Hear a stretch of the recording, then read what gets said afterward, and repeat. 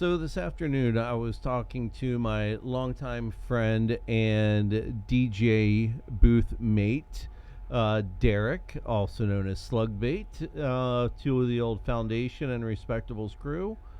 But our conversation was about game changing bands. Bands that came onto the scene and made an indelible mark. So a normal person would start off with bands like the Sex Pistols or the Ramones, and that's obvious. But I want to talk about bands that came in and kind of changed the scene. And I think the first band we can probably talk about, which is just right after the original punk scene started, would be the Clash. Just maybe year 2 years after the Sex Pistols debut album and the Ramones debut album, the Clash come out with their debut album, and it's still punk rock. It's still within the scene. But it is a little bit more palatable than the Sex Pistols and the Ramones. So I think that is, shall we say, one of the first gateway bands into punk, if you will. Now, 2 years after that, one of my all-time favorite bands would be the Specials, released their debut album. Now, I mentioned before, the Clash had certainly played around with ska on some of their albums before the Specials came out, but I mean that's all the Specials did. They were a ska band. The Clash, they did some ska, but they were not a ska band. And to me, the Specials are 100% responsible for the resurgence of the ska movement. Without the Specials, I don't think anybody today remembers who the first wave ska bands were. I think those bands would have been relegated to the history books, and all we would have is reggae, and nobody would remember the name ska without the success of the Specials. Feel free to argue that, but that is my opinion. And, again, as a longtime fan, I am certainly biased, and I recognize that. Now, following year, out of Athens, the beginning of the college rock scene would be the B-52s. I think that's another indelible mark within the scene that needs to be recognized. Great album, great band, and they put out solid hits for years to come, and another gateway band into alternative music. The very next year, 1981, two bands that to me are probably the biggest influence in alternative music scene and pop culture in general. 1981, the two bands released within just a couple months of each other. Depeche Mode's Speak and Spell and New Order's Movement, completely creating the synth pop, new wave, alternative dance scene, if you will. They took a scene that was really comprised of bands like Cabaret Voltaire, Throbbing Gristle, Fad Gadget, who today most people, unless you're really, really into the scene, don't know who those bands are. But people that have no idea about anything about alternative music, punk, post-punk, whatever you want to call it, they all know New Order and Depeche Mode, or at least know the songs when they hear it. Coming back to the college rock scene, 1983 sees REM's Murmur, and I think that is another album that pushed that college rock scene even further into pop culture, making room for a few other bands that I'll mention later. Now, I want to come back to something a bit harder. 1984 sees the singles collection released from Minor Threat. And I'm really not sure how much of a mark it left on pop culture for the scene. But man, the bands that were influenced by Minor Threat, go on and on and on. And, one of which is certainly going to be mentioned here in a few minutes as well. Another genre changing band, same year, 1984, out of Scotland, sees the Jesus and Mary Chain. They released single Upside Down, which still, I mean, to this day, a relevant song. I love early JMC. Upside Down, still a wonderful song. And that, to me, I don't think they invented the shoegaze scene, but they certainly owned it. And I'm going to give credit to JMC for that shoegaze scene.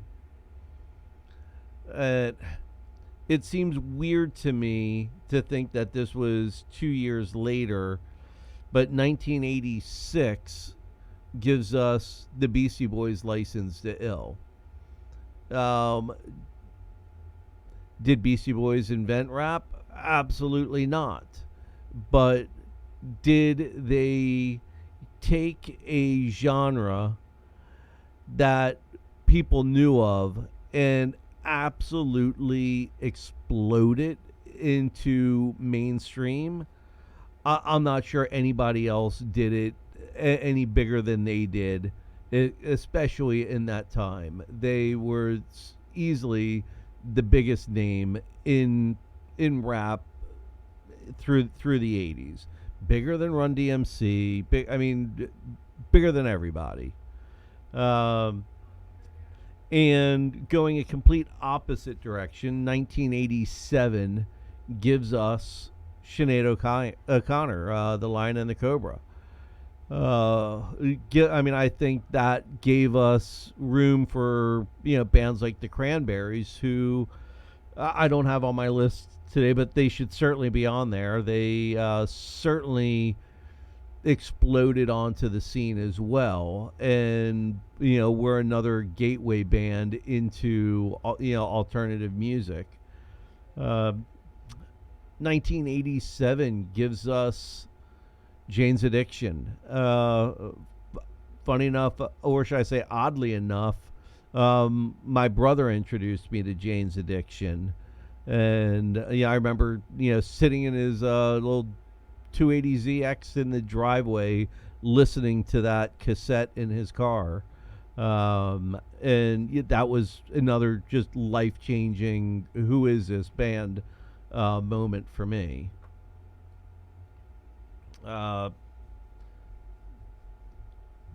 Bringing on, or should I say following up from that college rock era that I think the B-52 started and REM pushed along, gives us another iteration, which would be the Pixies. Surfer Rosa comes out 1988 and just gave us amazing album after amazing album.